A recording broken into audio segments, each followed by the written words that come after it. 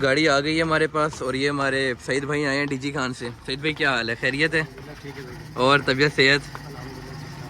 तो ज़रा गाड़ी के काम शाम का बताएंगे, आपने कौन कौन से काम शाम करवाने हैं गाड़ी के? भाईजान ये पूरा काम करवाना है, ऊपर ये नीचे पूरा ये पेंट करवाना है और दरवाजे बनवाने हैं, ये पूरा काम करवाना है उधर से। ठीक हो गया है। ये इतनी पुट्टी जो भरी हुई है ना, ये सारा हम साफ़ करेंगे। जैसे छत भी भरी हुई है तो पूरी गाड़ी का काफ़ी ज़्यादा मामलात वगैरह ख़राब हुए पड़े हैं।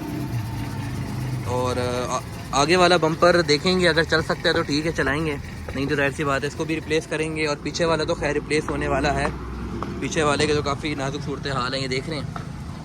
तो ज़रा वीडियो की तरफ चलते हैं फिर। बिस्मिल्लाह हो चुकी है इस टाइम काम की। गाड़ी को लेके चलते हैं वर्कशॉप और इसका